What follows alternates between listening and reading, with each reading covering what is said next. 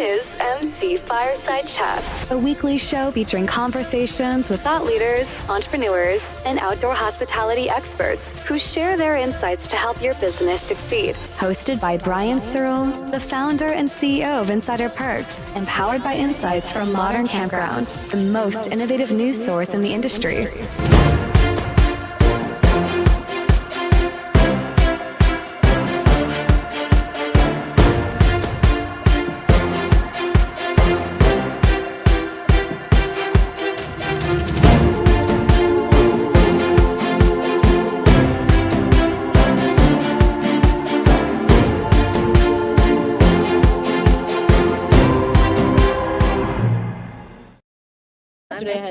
Welcome everybody to another episode of MC Fireside Chats. My name is Brian Searl. I was behind the camera trying to figure out how we're going to do this operationally.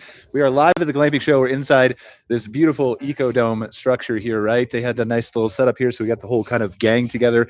We got a bunch of special guests, all kinds of things we're going to talk about here, but super excited to be at the Glamping show.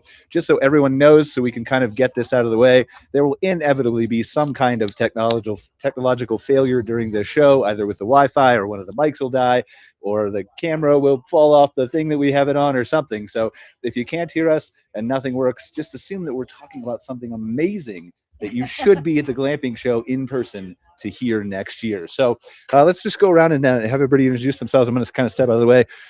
We have Cara from Canada. Yeah, hi again, everyone. Cara Csizmadia, president of the Canadian Camping and RV Council. Excited to be here. Happy for my second time at the Glamping show USA. All right. Hey, I'm Candice McNamara. I'm with Staylist, which is a property management software where we're pretty much innovating out to the next level, also looking at food and beverage, but contact us. Hi, I'm Meshey. I work as the marketing director at Zook Cabins, and we specialize in park models, prefab homes, and we're entering the glamping space, which we're very excited about, debuting our new glamping pods this year at the show. It's my first year at the show, and I'm thrilled. It's very cool, very happy to be here and checking everything out. Hi, I'm Sandy Ellingson. I'm a regular, so you may already know me, and I serve as an industry advocate for the manufacturers and suppliers and campgrounds. This is my first time. I'm excited to be here. Hi, my name is Joanna, and I'm from Fdomes Glamping, so all the way from Poland, and I'm a sales director, and I'm really happy to be here for the second year in a row. Hi, I'm Mike Harrison. I am with CRR Hospitality. We own, operate, and develop outdoor hospitality assets, as well as third-party management services for other owners as well. We're excited to be here in beautiful Colorado. She wins the farthest traveled award. Yeah. So. Oh, he is going to talk. We're going to make him talk. He said he didn't want to talk. Do I have to press the button? No, now you're here. Hi, my man. name is Jake Barbati. I'm representing Forge and Foster. We're real estate investors from Canada. We currently own and operate 25 campgrounds in the area. This is my first time at the event, and I'm super excited to be here, and I've learned a bunch already. All right, so one other thing we should point out, they're doing like this massive United States government emergency alert test at 12:20 here, which is in about 18 minutes. So that for sure is going to be alerted on the phone that we're recording the show from. Probably cause everything to crash in mass chaos, but just as long as you guys know that too, there for sure is going to be something that goes wrong. But here's what I want to start at. I would love to start with you, Joanna, from Fdomes, because I think it's important to point out that although we are inside Ecodomes, which is one of the great, amazing vendors here at the show, right? Yes. As you can see, there are literally like dozens of these amazing accommodations, from cabins and yurts and tents and domes and safari tents and Airstreams and all kinds of things all over here, right? And so the experience that people can have glamping is very, very huge, vast, and different. So talk a little bit about what you offer at Fdomes. Well, what we offer are fully equipped geodesic domes that can come either with just the domes, so a shell, the membrane, and the insulation. But if you want a business in a box, you can have a business in a box. Basically, it comes to your property, you just plug it in, and you have a bathroom, a kitchen, a bedroom, a loft, insulated dome with different types of insulation, different frame types that are adjusted to the location of the client. So for us, the personalization is crucial. What we always do with our team, our sales team at Fdomes, when someone approaches us, when we have a client, we always ask questions. And based on that, we kind of try to learn more about the project, learn more about the client, their needs, their location, and based on that, we are trying to find the best solution. So it's not about only selling a dome. It's about advising and creating the space that is useful, that is best for the particular location. And even though they're like, as you have said, they are amazing exhibitors here, and the dome we are at, it's also great. Like, I think that all of the like the market in the US is so big that everybody can find something for themselves, either a dome or a cabin. We are just trying to make it very personalized, and we quite try to create a relationship with our clients. So it's very rewarding being here for the second year, traveling actually the world to come here, and having clients from all over the states coming here and from Canada just to meet us because they want to see us in person after, like, months of texting, messaging, sending emails. And it really makes this work and this show a unique occasion for meeting with not only potential clients but also our current clients. Well, and I think you've touched on something that's really important here, right? Is that it's not just the accommodation, although it's part of it, but it is the experience you provide both inside the accommodation and outside the accommodation. Exactly. And so we've got Zach here, who's behind you, Lisa, who kind of snuck in. If you want to pass the mic to Zach for a second, because I think this is important, right? Zach was one of the speakers at the glamping show. He gave a really good session talking about how it's really just the experience, and I don't want to butcher it by saying anything else. So just take it over, and I'll shut up. I think that was the key takeaway, right? That we're trying to get people to think about wherever their resort is, wherever their glamp site is, that we're not in the business of accommodations. If that's what we limit ourselves to, the traditional hotel industry, hospitality industry has perfected that, right? They know exactly the minimum delivery that they can give to a guest and the maximum amount that they can charge for that. So if we're trying to compete against that, we're never going to beat out the machine that is traditional hospitality. So the thing that differentiates glamping as an industry and as a whole is that it is an experience-based hospitality model. So we have to focus on the guest experience, on crafting those on-site and off-site experiences, on connecting people with each other, connecting people with nature, and creating memories. That's the business we're in. We're in the experience mentality world. So, and I think that was the key takeaway from the talk. Yeah, I mean, it's just there's such a learning experience whenever you come to a show like this, right? You come in, whether it's your first year, your third year, or your fifth year, and you say, "Well, I've heard everything. I heard this last year," right? But it's always different. It's always nuanced. There's always some kind of new research and things that you can take away from a show like this. Melissa, why don't you introduce Zook Cabins, and we'll do the same kind of thing, right? Tell us what sets you guys apart. Absolutely. Yeah, Melissa Meshey, Marketing Director at Zook Cabins. And we specialize in park models, modern and rustic park models, as well as prefab homes. And this year we're debuting into the glamping space. So we have glamping pods that are really designed to be plug and play. Really easy for someone to start a income revenue very quickly and very easily, minimizing the setup experience, minimizing zoning requirements. We like to think that we offer something for everyone. We have something from as little as 170 square feet up to probably 2,500 square feet. So just a little bit of everything. We're very excited to offer more glamping items as well. We have some more things coming out next year that we're pretty stoked about. So I'm curious, and the top of the mic actually is the mic, so I'm sure they can hear you anyway. But just from a cabin perspective, right? I assume you've been in business how many years? Yeah, we've been in business since the early 2000s. Okay. So I'm curious what you see as the evolution of glamping from an accommodation standpoint, right? Yeah. Because there's some people who will tell you that glamping is a cabin. And there are some people who tell you, well, no, glamping has to be a tent, or it has to be this, or it has to be that. Absolutely. So how do you see, you're talking about getting into glamping, how do you see the evolution of the accommodation business go? And certainly we want to hear your thoughts too, Joanna. Yeah, I think Zach hit the nail on the head, where it's really just becoming about the experience. What we're seeing is just an explosion in the unique stay experience. Everyone just wanting something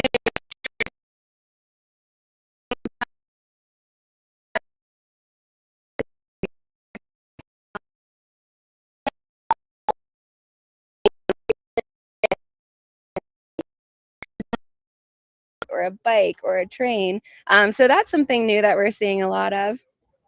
Awesome. Joanna, do you want to give us your thoughts on? Yeah, it's like I totally agree with all of you about the experience. We even have a client that transported the boxes with our DOMs because they come kind of packed like IKEA, just larger and easier to set up, to be honest. And what he did, he rented a helicopter to transport the boxes to the island in Canada. So and the way he created all of this, how secluded it is, how remote, how totally, like, everything is solar, and the sewage, there's nothing there. And he was able to create like 95% occupation accommodation, which is spectacular. And this year, when the first year was his first year with the COVID, like after COVID.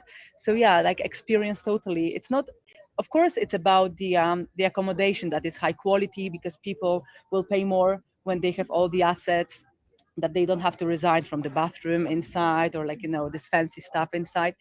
But at the end of the day, it's all what you create around, what you give them. If you give them, I don't know, the bikes, the views, the hiking, what you offer apart from the accommodation is the real glamping experience. Like, I think we are just lucky to be a part of it. But when you see it at your client's website, this is the experience. It's not about the cabin, the dome, the trailer. I think so. All right, so I think what I'd like to do is we'll start with maybe Mike, unless Jacob really wants to talk more. Do you want to talk? All right. So we're gonna start with Mike. Like, what I'd love to do first, I want to recruit each of you to be my little helpers. So when you get the mic, just do like a little thing like this and make sure that the blue light is still on it, that nobody accidentally turned it off. It is. Okay, cool, perfect. Yeah. All right, so from your perspective, right, and everybody here, like, we'll go Mike and Sandy and Candice and Cara. You have, like, obviously you've been to the glamping show before. What is your key takeaways that you've learned and experienced, right? Just generally speaking, and then talk about it too from I'm a campground management company provider, right, of services. I have an exhibitor booth here, but how do you see, like, kind of your business type fitting into that? Sure. I think, what I've seen is certainly the continued expansion and evolution of the glamping industry, and all of the different type of players, from private equity to mom and pop to somebody who has a dream and they got 4 units they want to put on an acre. It runs the gamut. So I think, if you compare this to a national RV conference, there's a lot more diversity, just in terms of even vendors.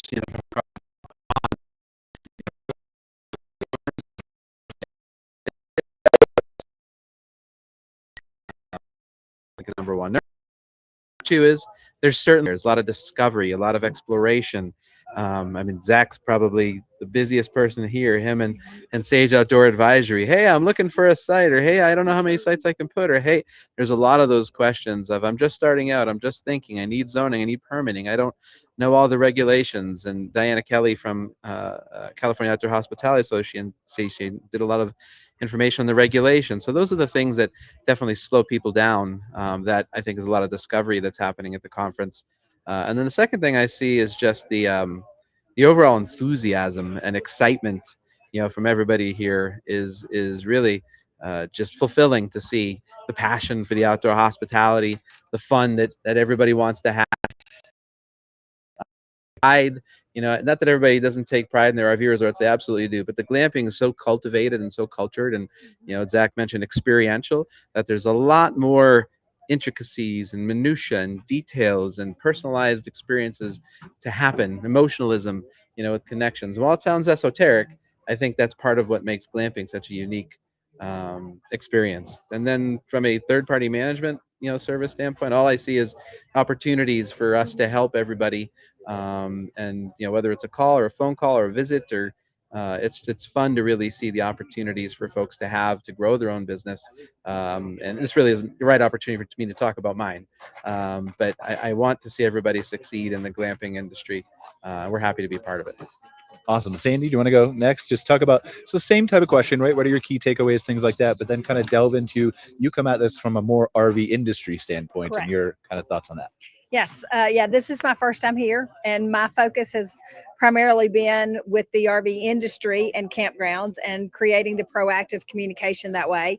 But and of course, campgrounds have been embracing glamping and adding 1 or 2 sites or cabins maybe. So they've been involved in some of the glamping. But what's interesting is me experiencing the differences, and there's a lot of differences, right, between the operator who's just doing glamping, but also the similarities between the needs. So, I mean, when we talk about some of the things in the campground industry right now, and how do we change our operations based off of post-COVID? Where are we at? What are we doing with that? It's the same thing with the glamping industry. When we talk about how we only have one technician for every 4,000 rigs on the road, and so we've got a technical issue. Well, guess what? In the glamping industry, we've also got some issues with putting up some of these big, amazing units that we're seeing. I was talking to one vendor, and he said, you know, I can only sell as many as I can support the construction of. And so we really have a lot of similar challenges, and there's ways we can work together to kind of solve all those industries, all those issues. So what's your takeaway just with your vast experience in the RV industry, right? Right. How do these two industries converge in your mind? So, you know, one of the things that I've noticed is it's funny because I don't know that the RV industry has totally embraced the idea of glamping. We used to define glamping as people who camped in an RV. I was called a glamper because I had a 42-foot diesel pusher. So we've got kind of a difference in the terminology, but the whole idea of these tents have been a little bit threatening, honestly, to the industry.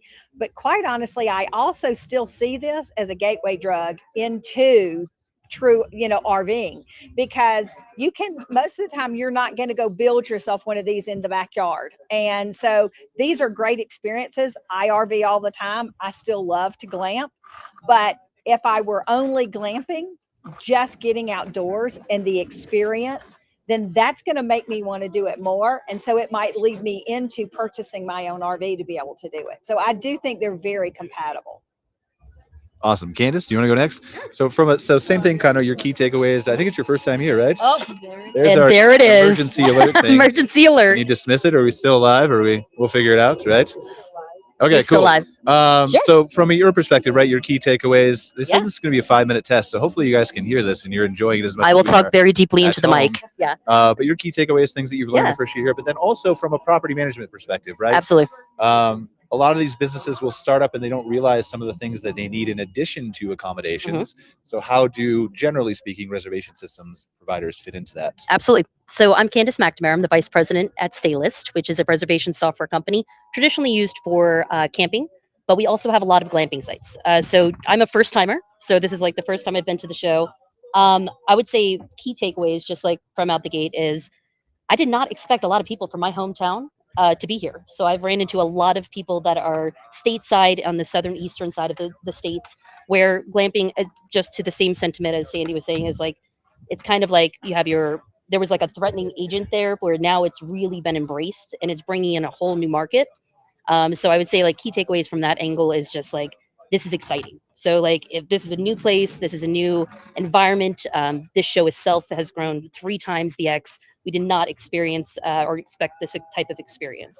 From a software perspective, I would say that, just like Mike was saying, this is a sentiment of like, there are so many different types of groups of people that are walking through here that it's kind of exciting and niched. And I think that from a software perspective, that's where we can kind of fit in to really help, where it's like, where's the customization come from? Because not every park is the same from a campground perspective, but I'm learning that also glamping is the exact same way, where it's really unique to that persona.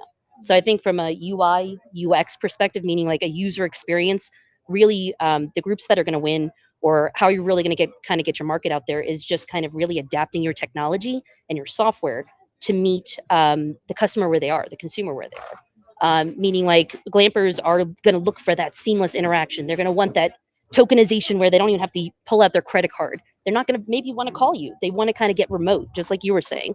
So I think from our perspective, it's just about meeting the consumer and also the customer where they are, and then kind of developing around that.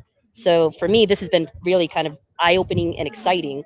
I'm also learning that a lot of these groups have rev shares, which I had no idea. So it's just a really cool experience of being able to tap into a market, have a dream, which I have a dream. I have 8 acres of land. So I'm kind of a target market over here, where I'm looking at some of these opportunities and saying, wow, I can kind of live remote, have this beautiful life, and also be able to do the software and exactly like you, Mike, I want to help people. So I think that that's kind of my key takeaways and where I think we could fit.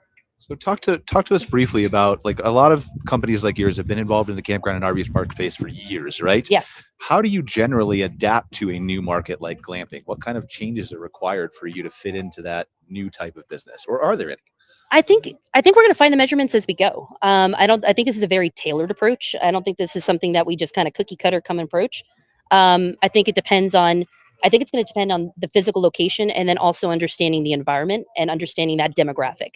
So like what happens in Canada is going to be totally different. What's going to happen in East Tennessee, and I think it's not necessarily something that I can really answer at the moment because it is so new. But I kind of take that as a welcomed challenge because for me, what that means is that we can kind of create something custom, understand the specs of what this industry needs, and then allow them to kind of create around, that kind of software or even just the environment itself, even with marketing. I think, Go ahead, yeah, Mike. Yeah. Just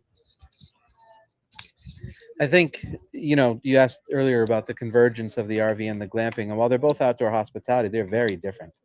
We speak to owners, developers, operators all the time, and what it takes to run glamping is highly different than what it takes to run RV. The ADR threshold, the type of expectation, it's much more like a lodging or traditional hotel and hospitality outlet. So where you have to market, where you have to distribute are very different platforms than you would on an RV. So that's part number one, and the operation is completely different. What do you do for laundry service? You're providing linens. Do you have laundry, and housekeeping services on property? Do you outsource them?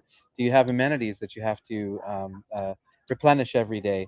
And so, you have to balance what the high ADR is with what the high operational cost is. But clearly, the IRR and the ROI of the glamping options is much, much higher than the RVs. But I think a lot of people, especially the people that we talk to, I like to tell people, I think I talk more people out of business than I do in.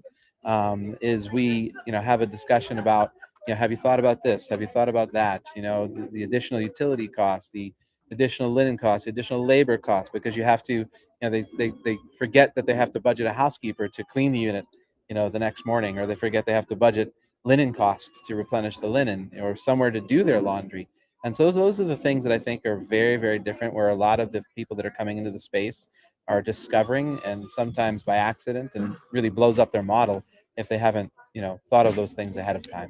So that was good. Did you make sure the blue light was on? Just so I'm kidding. how's your job? I have it pointed towards you. All right, that's fine. So Joanna, I'm curious, just for your take, and then we'll go. I want to get Zach and Kara's for the same question, right?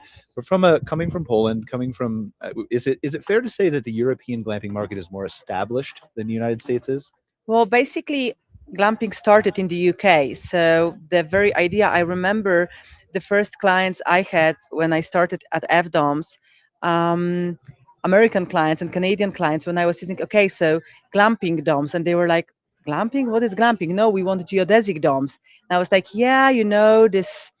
So, like, kind of building the awareness of glamping took place later in the US and Canada than in Europe, but not even in all Europe. Like, the UK was a master. They did a great job with awareness and the glamping idea. They know what glamping really is. Then, like south of Europe, they still like kind of crawling in comparison to the US and Canadian market. So for example, at FDOMS, half of our orders last year came from Canada and the US, even though we are like established in Europe. So Europe, Europe is still crawling, even though the concept existed there earlier. And the US and Canada, what happened is, like, when the concept emerged of glamping and the very word glamping started to kind of take in, it it developed very quickly. Even looking at this show, I remember last year it was half of the size. It was half of the size when it comes to the exhibitors. It was half of the size when it comes to the people coming over. Like yesterday, I remember I came in here at 7. I left it stopped at 4. We had clients till 5, and I couldn't even leave the stand because it was all the time people coming over. So at some point I just realized, oh my God, it's already like 4. It's like, how did it happen? So the US, when they take I have this kind of impression, when the US market grabs the idea and they like it, they develop it very quickly. And truly, most of our most spectacular locations are in Canada and the US. Like the land that you have, the possibilities, even though the building permission, like 3 years ago, we had clients from the US calling and they were like, I want domes, I want them now. 2 weeks later, we were shipping the domes to the US or Canada. Now they're like, listen, so I have land, but there is zoning, there are permissions. So how can you help us? And we were like, okay, so what's the issue? And we are trying to figure it out.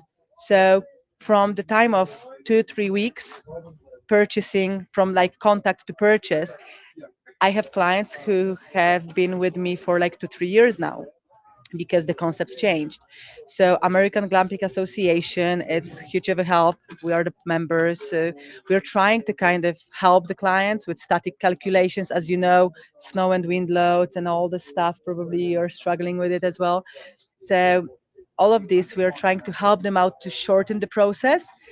But as much as the glamping concept has developed here and it has been like very adapted to the land, also the permission process developed as quickly as the concept itself. So it is incredible. It is Once the incredible. lawyers and the politicians catch up or catch on, then you're in trouble. So are there key takeaways that you've seen coming from a market primarily that had adopted glamping before us that you've learned from an accommodation standpoint that would help better serve us? Well, what we've learned since the beginning of like, glamping kind of idea, because our company started with the event tents. So we were doing, I don't know, The Martian, the movie, Star Wars movie premiere, and this kind of stuff. And we were like, when glamping emerged in the UK, we were like, we need to introduce it and we need to build awareness. So if you look on our, I don't know, social media or like our social channels, we don't sell DOMs. We try to teach people the concept.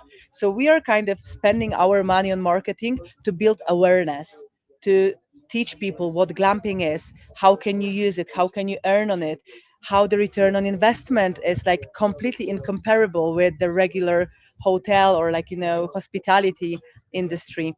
And I can see that the American clients and the Canadian clients are much more aware now when they contact us than they were like 3 4 years ago. And this is amazing. Like people come and they know what they want. They need the guidance sometimes, of course, but we have like clients, from the clients who put one unit as an Airbnb up to the clients who are purchasing like 20 domes because they are building the resort from the beginning. So the diversity that you guys have here, it's just amazing. And we can see that this market is the market to be invested in as the supplier, as the someone with the software. I had a meeting with my client yesterday and he was like, now we are searching for the software. We want to have a booking system on our website. So they are more and more aware of how much money they can earn versus how much money they can lose if they go with the booking systems. So I must say that I'm quite impressed with the shift in American market when it comes to glamping and all that's around it. Awesome. Thank you. I really appreciate it. Let's go to Cara. Cara, president of the Canadian Camping and RV Council, used to be your co-host of the show. Welcome back. Thanks for gracing us with your presence again. My pleasure. But super excited to talk to you, right? She mentioned things like wind load and snow load, and I Yeah. know you've had those conversations with accommodation providers, but first your key takeaways and then kind of how you feel like an association fits in to this whole, like we've been an association for campgrounds and RV parks for a long time. Right. How do we adapt? Yeah, well, I'll echo the things, Mike, well, everybody else has said about takeaways. Last year was my first time attending the show, and I absolutely left with a very kind of excited frame of mind specific to the glamping portion of the market because of the state of mind of everyone I met here at the show. And I already feel that again this year.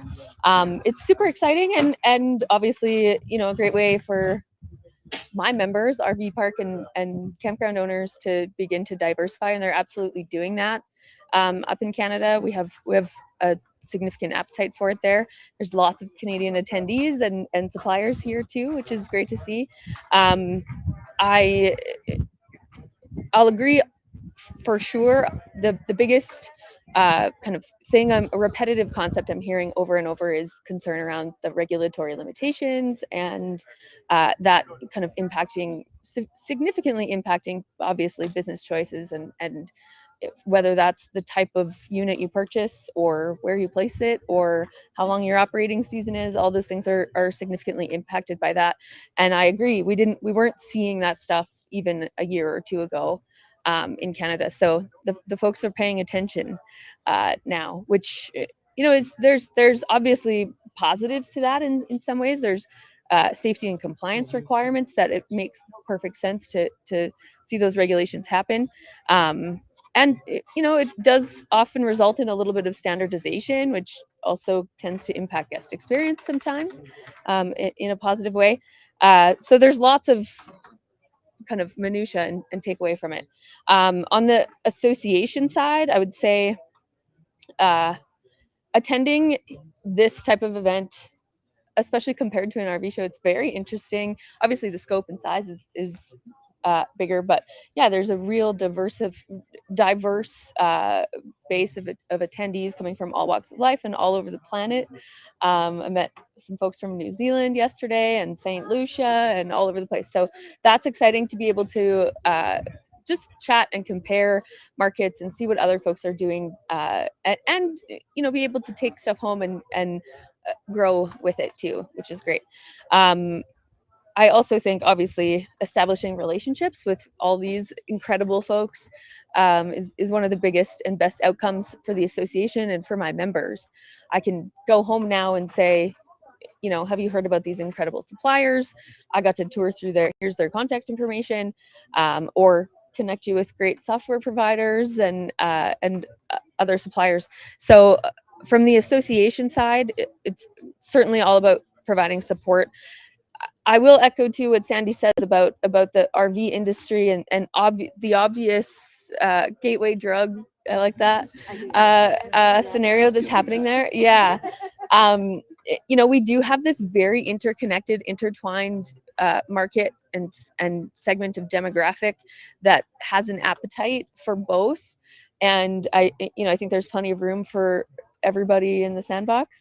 But it's given kind of the dynamic in the RV space right now and all of that, for sure there's a bit of a threatening I think a lot of operators are feeling like I have to embrace this this time and this necessity to diversify a little bit so that I can broaden my ability to be successful. And it absolutely expands your access to market and ability to generate revenue and all of those things. As much as I'm similar to Sandy, I love to camp, but I also love to glamp. Not everybody does. There's some folks that need the amenities and are happy to pay for it, and it's great to be able, from the RV and campground resort space, to be able to capture those guys too and have opportunity there. So how do you, yeah, that's a great answer, but how do you then, as an association, if a campground comes to you and says, look, I'm exploring glamping, or I have extra land I can purchase and I want to do this, right. And so I've looked at Zook cabins, right? And cabins are obviously a great fit, but maybe I already have 5 of those and I want to expand it to a different type of accommodation. How do you kind of walk them through the process of deciding what's best for them, given that so many of them, well, all of them are different from each other? Right. I think the number one thing to do, the first thing, is to connect them with the professionals that I meet at events like this. I was a campground operator for a long time, but I've been out at the game for a while. I can comment on some things, but I wouldn't call myself a professional in that arena anymore. But I do know that Mike is a champion and is doing incredible work with CRR and managing some stunning properties. And I know Zach could give me all kinds of data and stats and information on regulation and design and all of that stuff. So I think harnessing the professionals around me and connecting them with members is probably the top way. And then I would say, I'm having these conversations regularly throughout this event, but also in my day-to-day life with operators, is paying attention to the regulations in your area and really being intimately aware of what permitting looks like and zoning requirements and all of those things to help guide your business decisions. Because if you make them without that information, you may be making costly missteps. So those things from the association perspective, I think, are valuable. And then obviously the advocacy side of that, I'm able to take the things I learn about this industry at an event like this and utilize it when I'm supporting members in times where they may be having challenges, whether that's in their counties or municipalities, and really make sure things like understanding that each of these structures is not, they have a VIN. Mike and I were talking about this yesterday. They have a VIN number. These are not buildings. There are right. And maybe that's part of your decision making strategy as an operator, to choose a unit in that way, because now your property tax is going to be impacted in different ways, and all those things are valuable and nuanced, and maybe aren't part of the initial conversations you're having when you're excited about your 8 acres and ready to go. You just want to get the guests in the door, but there's lots of steps to get there. Sorry, Mike. Yeah, I can help with that Please. too. I think, we get calls on that all the time, and I think the answer is, and I'm sure Zach, same thing, is it depends, right? There is not one answer. I think it really depends on how much land you have. It depends on what your vision is. It depends what your capital resources are. It depends on where you're located. It depends on what experience you're trying to provide. But I think, you always start with, if you look at the highest ADR driving glamping options, right? The park model cabins are always going to be rated the highest ADR driving, right? And then it goes down from there depending on the type of glamping option. So depending on, but they're also going to be the most expensive, right? They'll also be the most highly regulated. They'll also be the hardest to install. So it depends on how much capital you have. It depends on what kind of location you have, what kind of experience you're trying to provide. So as Cara mentioned, park models are starting more and more go into these cities that they don't understand that they are classified as RVs and not homes.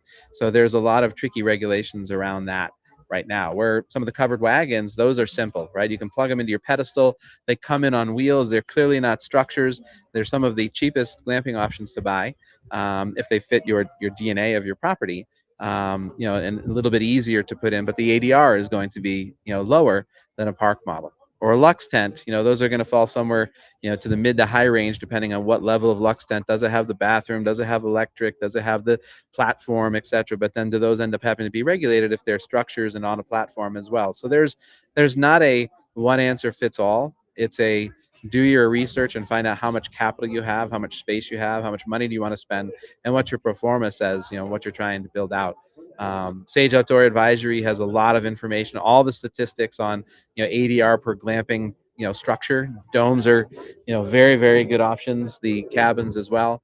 And then someone like Zach at Clockwork, if you're we get the second question, which is, well, what can I put on my site? How do I build it? What do I design? They will do all the research into entitlement and figuring out how to lay out your site. And so, as Cara mentioned, use your resources. When you ask the question, there isn't one person that's going to know the answer. You want to go to the experts. I don't know if you have anything you want to add to that, Zach. Well, and yeah, we'll go back to Zach here, because same question, right? We talked to you. You're our speaker, but you're also an executor.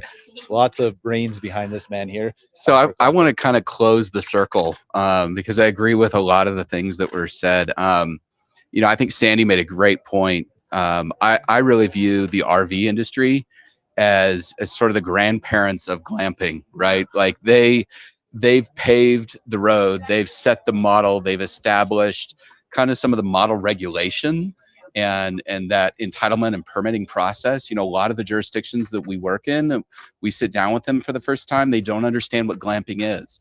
And so if I can make that comparison and say, well, this is very similar to a campground or an RV resort, that kind of gives them, from a regulatory planning and zoning permitting stage, like some expectation of, okay, so if we treat it like this, it's not exactly an RV park, but it's close, right? And then we can do some hand holding and some education and kind of fill in those gaps and say, well, this is how we've done this elsewhere in the country, and this is what's worked. So I really think the glamping industry as a whole has a lot to be thankful for from the RV industry. And I'm always surprised when I hear those words that like they're threatened by glamping, right? Because when you look at those data, when you look at the North American Camping Report from KOA or the Glamping Report from Sage, we have the data. We know there's 92 million camping households in the U.S. No, I mean, this is a third of the population of the United States goes camping. But a very small percentage of that is RVers. And so if you own an RV park or a campground, you know, embracing glamping, this new model, is a way to reach the other 80, 75 million camping households in the United States that don't own an RV. You know, when we look at the trends in the RV industry, we're seeing, I think this is the first year that we're not going to break the record on sales. And there's a lot of things that are impacting that, mainly RV shares or RV rentals. Over half of RV campers last year borrowed or rented the RV that they stayed in. So that shows more people getting into it and trying it out. But I love the term of, you know, glamping can be the gateway drug to embracing the larger camping model. And I think that campground owners should embrace it as an opportunity, not a threat to their. No. I mean, yeah, if your drug is connecting with nature and spending time with your family and reconnecting with, you know, other people and unplugging, that's a great drug to be on. I'd love to be hooked. So I think that you know, from the regulatory perspective, the RV world has really led the charge for us. And I think, you know, my key takeaway from the show this year, the thing that I'm really excited about, I can surmise it in one word, and that's innovation. You know, this is my, I think, 4th year with the show, and we see a lot of the same players. We see some of the folks that we saw 3 years ago, but we're seeing so many new models, and we're seeing some of the manufacturers that have been around for a while really stepping up their game. You know, we look at the quality of like an Fdomes or an Eco Dome where we're sitting here, compared to the domes that we had available 3 years or 5 years ago. Like, the bar has significantly been raised, right? These are beautiful units. And I think all of the hard side units that we're seeing here, you know, groups like Zook that they have that established 20-year, 25-year history of building modular units, and they're waking up and saying, hey, how do we get involved in this glamping thing? All these RV parks that we deal with, they're all asking us about this. One of the most exciting things for me was seeing the little A-frames that you guys have inside. I walked in, I was like, oh my God, I've got 3 clients right now that are going to love these things. And the price point that you're hitting at, because you are so established and you have this model and you've perfected that with park models for decades, extremely competitive. That was one of the things I was most excited to see at the show. Very, very cool. But, you know, when we look out, we see a lot more hard-sided units. And I think part of that is due to the regulatory piece, that environment, again, where I can go to a jurisdiction and say, this is a campground. You've already permitted those. You understand what this is. And these are park models. These are classified as RVs. They're permitted in a campground. That becomes a very easy path through the planning and zoning and permitting piece. And we're seeing that the industry is responding. That's why we see so many of these park model and hard side units. And then on the innovation side, you know, looking at what the GLAT guys brought this year, right? A beautiful canvas tent model that's also an RVIC certified park model. You know, that innovation piece. It's yeah. The guys inside that have the perfect s'more setup. These craft graham crackers, these individual marshmallows, and a simple alcohol burner. I've tested them at least twice. I'm not sold. I may have to go back a couple more times still. But, you know, that focus on guest experience, right? I no longer have to get dirty or messy. I don't have to go and smell like smoke. I don't have to build a campfire. And my operator's not nickel and diming me, charging me $10 extra for a s'mores kit, right? This is on the coffee table in the dome when I check in, and all I got to do is light a match. Yes. I don't need shoes and a flashlight to go to the bathroom.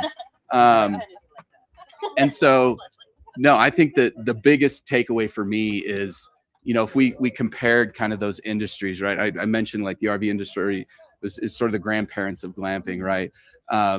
You know, 3 years ago, 5 years ago, you know, glamping was an emerging industry. We were little kids, and we went through our kind of awkward teenage years, right? And now I think glamping is more of an established industry. We're going to college. We're getting smart. We're embracing the regulations. We're doing things by the book. We're raising the expectation on the guest piece. We're starting to mature a little bit, and that's really exciting. So talk to us about same question everybody else, right? How does Clockwork fit into stitching all this together for someone?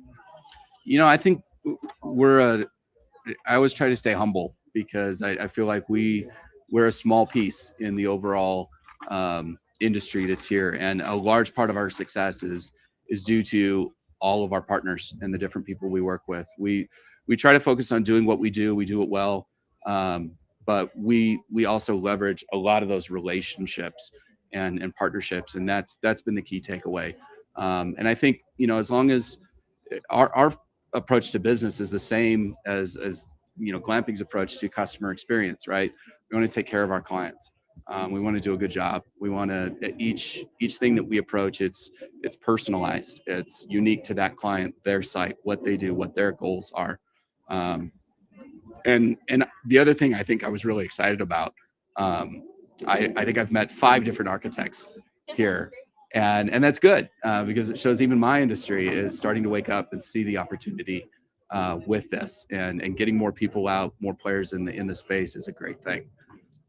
Awesome. Does anybody have a watch on? Can we do a time check or? 12:46. 12:46. I got to kill 14 more minutes. All right. Yeah, go ahead. Well, I was just going to say the questions that I've had asked of me. And did you make sure the blue light's on before you? It is on. Okay, cool. those 4, like if I'm talking with a campground owner and they're here and they're asking about glamping, I think one of the things that's interesting is I find myself going through exactly the same questions that I would if they were asking me just about general camping, in that, what is your brand? What are you trying to offer? But what I think is unique about what we're seeing in glamping is that we've had cabins or park models inside campgrounds for a long time. And for the most part, those were there for the people who had RVs and wanted their family to come and didn't want their family to be in the RV with them. So, we stuck them in the cabin. But I don't think that the cabins were there thinking we're going to market just the cabins. They were there for those other family members. Glamping is very unique though, because some of these other glamping things, which is why you guys have created your own unit that's not just the park model, because it's about the experience. And that is what's so important. So I asked the campground owner, what experience are you trying to create? And what experience goes along with the brand you're trying to project out to your customers? But then it's exactly the same thing. I've had a lot of people, even just like retired couples who have land, that are going, I'd like a second income. We just want to put one thing out in the middle of our land. Well, what are you starting with, right? What do you have? What assets do you have? Is there a beautiful stream where they can fish? Are you in the mountains? Are you at the beach? Are you in Texas where the Conestoga wagons are awesome, right? Because they just totally fit that. But think about what is the experience first that you want to offer, because so many of them want to talk about the budget first. But you could spend a lot of money and never make it, even though this dome is beautiful, if you're not providing the right experience with the dome, right? And it could be the same way. You could buy the cheapest tent out there and then still not be successful because it doesn't fit the experience. So everything focuses around the experience you want to create. Yeah, I love that. And I think what you're saying too, if you do it right, you can take, the cheapest tent. And if you do the experience right, you can have a home run. And I think it's really cool to see people's wheels start spinning when they see something that's more affordable, and you don't need $1 million upstart on this project. And you don't have to have 2 years of zoning delays and building development. So it's really cool here to see people walking around and saying like, oh, I could do that. And to see something that's repeatable that they can copy and paste, because once it's been figured out, most of the hard work is done. So that was really cool to see this year. Yeah, actually something had my mind really spinning when I was sitting here, because I was thinking like the adaptation of kind of like talking about like the gateway drug into. One of the things that I've noticed, at least with our parks at Staylist, they are bringing on glamping sites. And I think what's going to win is very similar to what's happening in the industry in general, is data. They're going to use what's coming from their reservation software systems, from their marketing agencies. When we start to capture that market share using kind of like the grandfather passed off, I think it shouldn't be more threatening more than it should be more innovation exciting, because it's kind of like the younger generation stepping in. But I think we're going to see an adaptation of this, where people are going to say, wow, I can do a rev share, or I can kind of change the way that this environment goes. And as these campgrounds are being passed off generation, which we know is kind of like historically the case, I think we're going to see a lot more of glamping. And I think it's going to attract both parties. And I think we're going to see both of those worlds kind of mirrored together. But I think how they're going to be making those decisions is going to be based off of almost exclusively everybody that's come to our booth here has said, I need something that's going to bring me return on investment. Now, I'm a return on investment expert. That's what I do. That's what I've always done. So when it comes down to it, I think it's going to, the next iteration of what we're going to see next year is probably going to be data analytics, understanding what the return on investment was from this specific dome to that dome, to the casitas, to the wagons. And I think that that's where we're going to start to see a threshold and a total transition of this industry. And then we'll just see it go, because it's already exploding. I think it's just going to be driven a little bit more by data, by consumer behavior. And I think these two worlds are going to really kind of come together and collide, and you're going to have like the old and new generation. So I just kind of like, I was just kind of listening to pieces and hearing you saying, hey, education really worked. Everyone's more educated. And I think that information, especially when it comes down to financing, because people like me, I want to do a rev share. Like, I have the land already. I want to do this. I enjoy that. It's exciting. It's almost like playing stock market. And I think that gamified action that's occurring in the glamping industry will be transitional to the RV industry. I think that the RV industry has just been a little bit more conservative in the sense of waiting and seeing the kind of what data sets are coming. And I think that that's our next wave into next year. So, And we're also Yeah. seeing that I guess I could stand. that transition, or that reposition is a really great word for it. You know, when I look at kind of all the different resorts that have opened, the different brands that have launched in the last year, you know, one of the ones that I've been the most impressed with, and if you guys haven't heard of them, check it out. It's called Romestead. They recently opened in Smoky Mountains in Tennessee, and they bought an existing campground that was sort of a, you know, failing, shuttered, old, hadn't had a lot of investment in it. And these guys just turned it into something absolutely incredible. They built a brand. They focused on the guest experience. They've got a mix of still some RV campground sites, but beautiful bespoke cabins that are well designed, tailored to that guest experience, and they're just absolutely nailing it. And so I think that's another sort of that bridge of the gap, right? Glamping is providing an opportunity to reposition some of these older kind of failing or closing RV parks, where other, you know, traditional RVers look at that and say, we're not interested in that. It failed. It failed for a reason, right? It's either mismanaged, or it's not a great location, or it's not a good site, or, you know, for whatever reason, that was no longer a viable use on that property. But applying the filter of glamping and repositioning that is sort of giving a lot of these campgrounds sort of that new life, and that reposition is a great word for it. I agree. Okay, so I want to, sorry. Go, okay, whoever wants to talk for a second first, and then what I want to do is, we might go a little bit over, that's okay. Jacob, you're in the circle, so spend at least 5 minutes and tell us, right, briefly about why you're here at the glamping show, what kind of some of the takeaways you've been. And then Chris Jube walked in behind me, and even though he did not show up for drinks last night and I invited him, I'm still going to give him 5 minutes. And then, yeah, have a chair. And then I guess we'll go around and just like, everybody can prep for this, right? To end the show, we'll just say, like, what's one thing you want everybody to know who's at home, who didn't attend this show, that they need to know about the glamping industry that you've heard and learned here? Awesome. I think this has been amazing sitting here. I've learned so much in the past 45 minutes here. It's almost been the whole show packed into 1 hour, so that's awesome. I think I was most excited to see the breadth and depth of these products. I'm not familiar with the glamping industry. This was all new to me. To see what was on the market here, and then the alignment with understanding what your needs were. So Candice mentioned ROI. I'm an investment fund, or we're an investment fund, so we look at things from an ROI perspective. And everywhere you walked, you'd mention, you know, what your situation was, and they'd be like, look, we've got this broken down for you already. Here's what you're going to invest up front, and here's going to be your payback period and your return. So I found that quite unique. And then overall, I think the people I've met here seem incredibly excited about the industry as a whole, and also aligned in the sense that these are also businesses, and it's not just like customer experience, but we're also building businesses around these.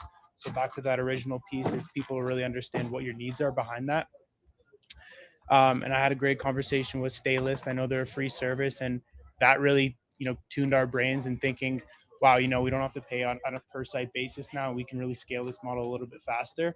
And then I also met people like Branch Out Ventures who are doing these revenue sharing models. And I thought those were incredible because if you don't have the capital up front to put down for these sites, they'll help you out with that and put down the sites for you. And now you have a management consultant partner with them as well.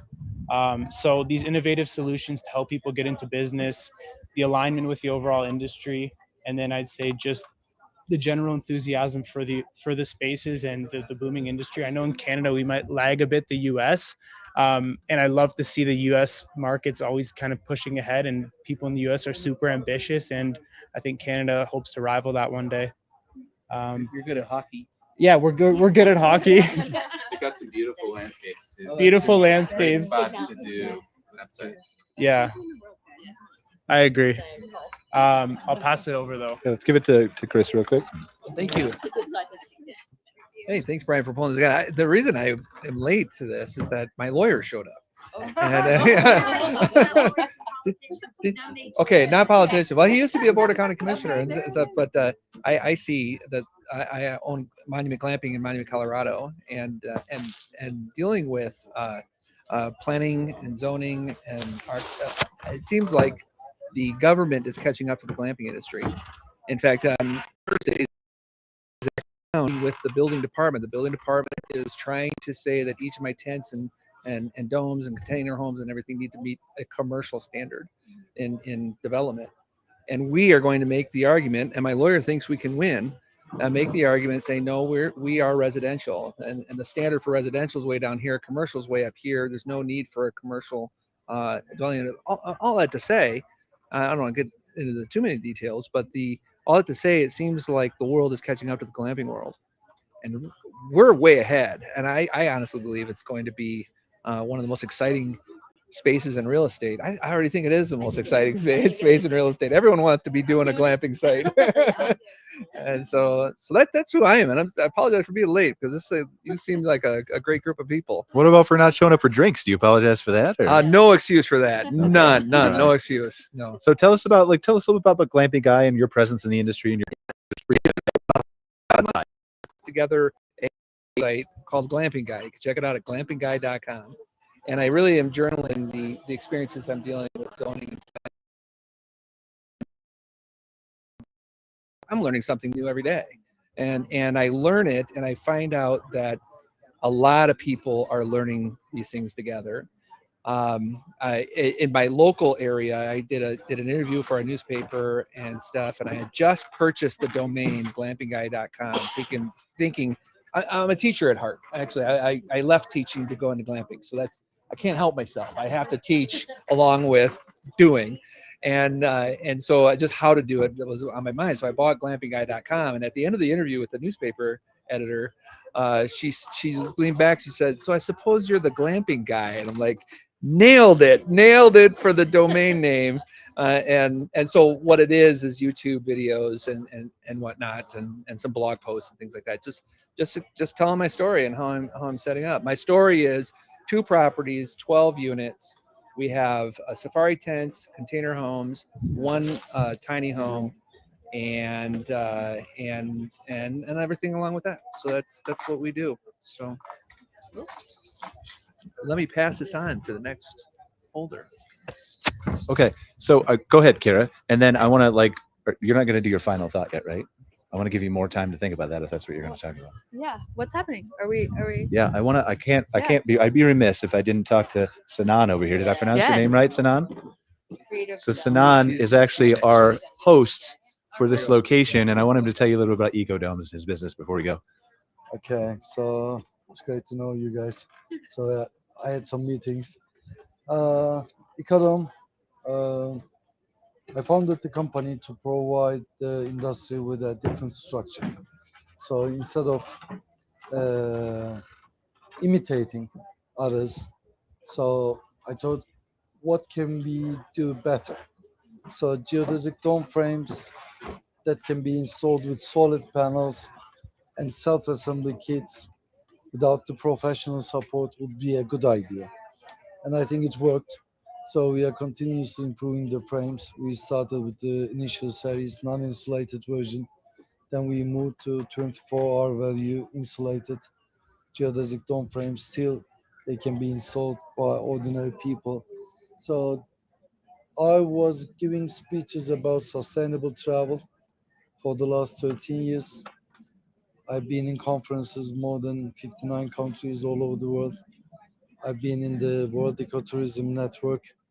And what I realized after I founded Ecodome is I can understand which glamping investor will succeed and who will fail.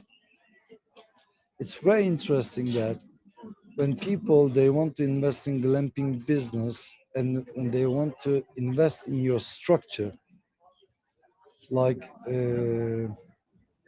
if they ask the right questions, you get that they will proceed. But if they are not aware of the hospitality and experience part of the business, then you get that they will fail. So it's not a straightforward process. You put the structure on a beautiful land and you make it. No, you can't. Like my colleague said, glamping industry started in the UK, but the occupancy rates this year is going down very fast. If they miss one thing, it's all about experiences, memories, and the photos. I have a term, I call it poisoning.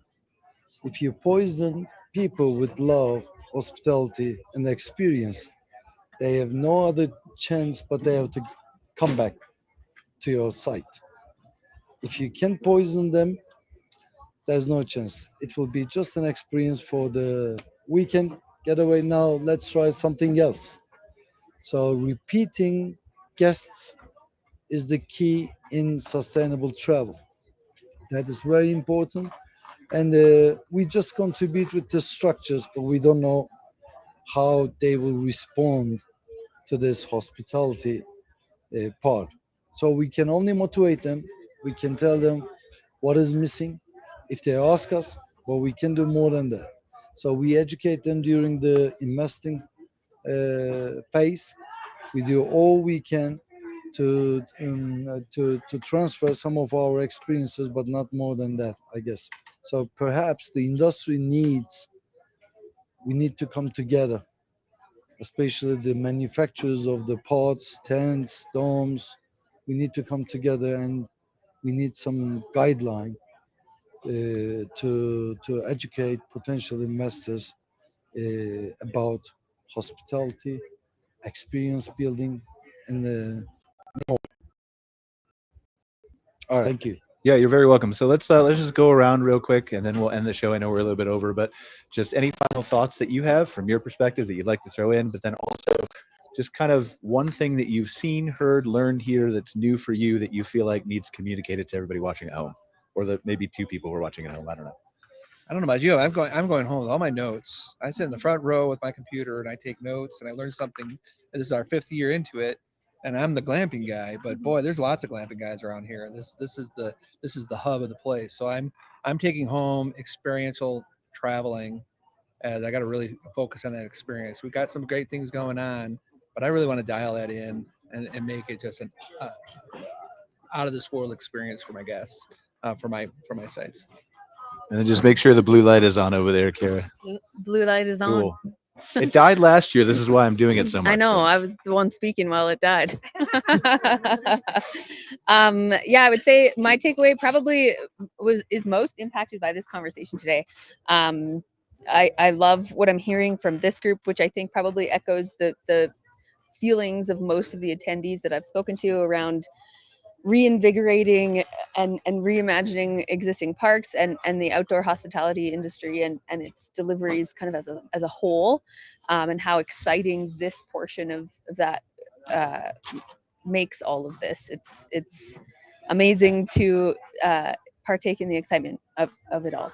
And then yeah, I would say I think we've got lots to get done still too.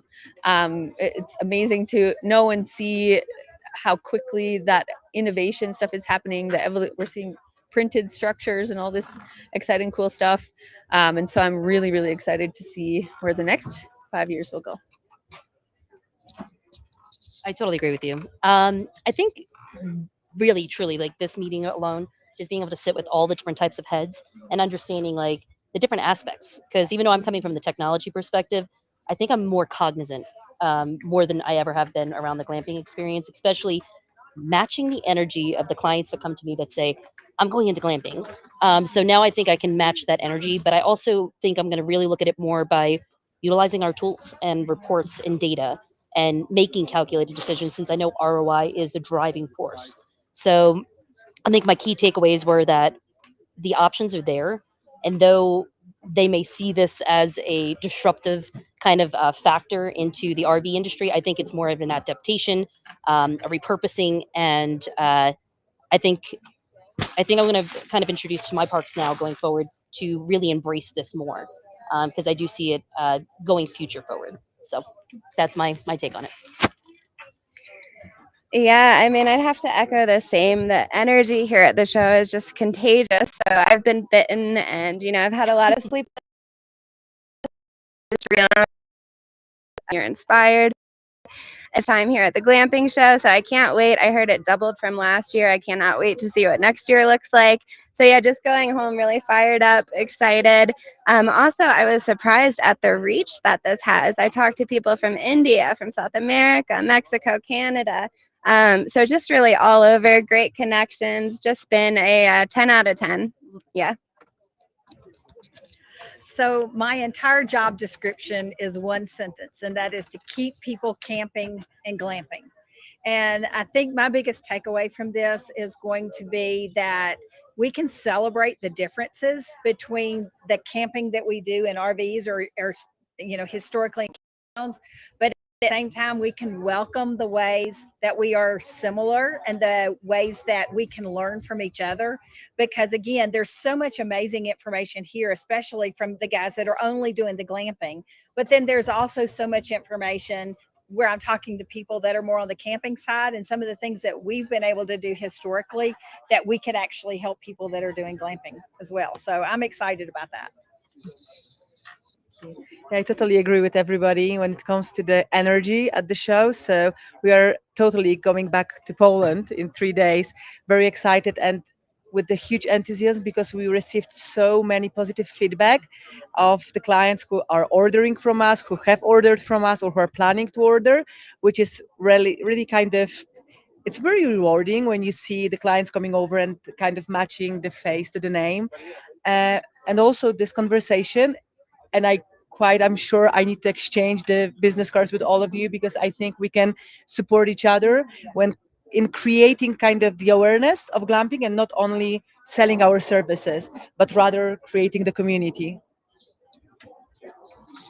Thank you. At CRR Hospitality, it's interesting because we're attending both as an attendee and as an exhibitor. So from an owner-operator standpoint, getting the experience and learning and connecting, and then from an exhibitor standpoint for third-party management services, trying to help. But I think what's the big takeaway for me, and Zach and I have talked about this ad nauseum, which is we all row the boat together, right? If you look around the circle, we all need each other, right? We need distribution, we need management, we need manufacturing, we need technology, we need design, we need association, regulation experience. So, I think what's exciting is that everybody's here to serve each other, and that commitment to community of growing the outdoor hospitality industry, and just the desire to make sure that not only we need, but that we help, is what's really rewarding to see. I think around the dome. And can I ask, what does geodesic mean? Geodesic is a shape. So it's just the shape. Okay. Which Uh-huh. is like geodesic. Because I've always had a crow They that say that because they don't like to call them buckyballs anymore. buckyballs. Gotcha. It's interesting, Mike, because we do have this terminology, this definitions barrier in this industry, I think, right? Sorry, Yeah. where, even those of us who've been in the world for a long time are asking those kinds of questions. Even the word glamping itself, everybody has this very variable perspective on it. It strikes me, sitting in a conversation like this, we've talked hundreds of times over the last few years about this industry, and we still are working out definitions and Right. what It's those evolution actually and mean. learning. Sure. Totally. Exactly. Thank you. Yeah, I thought this talk was great again. My key takeaway would be Sinan's piece there at the end. I found that incredibly enlightening. It sounded very simple, but I think there was a lot to unpack there. I don't think it's as simple as just slapping down a dome, and calling it a business. I think there's a thoughtful element there into creating an actual experience for people, having sophisticated washrooms and amenities for them to use. And there's a lot of thought required behind that goes beyond just a simple piece of I purchased this, now what. So yeah, that was a big takeaway for me. I think my biggest, yeah, we're good. My biggest takeaway is it's really the core tenet to who I feel like we are as a company. Clockwork.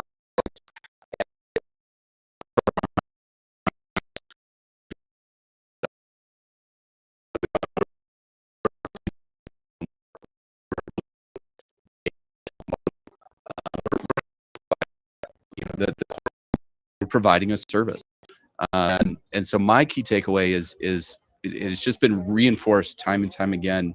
And I think if we unpacked all the comments from everyone, Sinan had a great piece, right? He's a manufacturer, he makes a product, but that's not enough. He has to connect to people. He has to work with his customer, with his buyer, and he's helping them do all those other things. And one of the things that I think is so incredibly excited, and one of the reasons I love being a part of this industry, is I think we're somewhat unique in that every person that's here will help anybody else.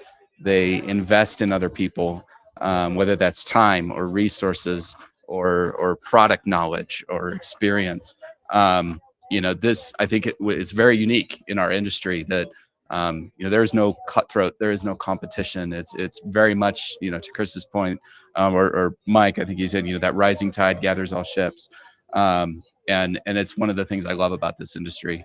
And the reason that I love being an architect in this industry, because my business is people. I get to work with people who are building their dreams, helping them achieve their goals, build their vision, establish their brand, define who their target guests are, and create that experience.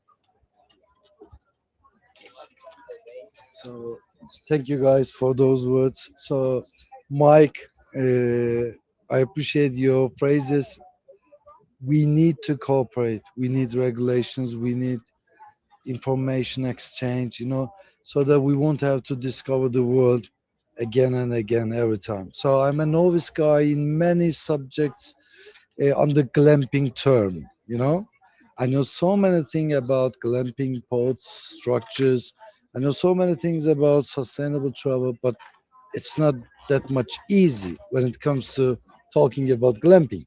So I need to benefit from the experiences of other members of the industry. That's why we need to find a way to exchange information, support each other, so we can grow the whole industry and benefit from that. Not only us, but also potential glamping investors and also their service providers and more than that.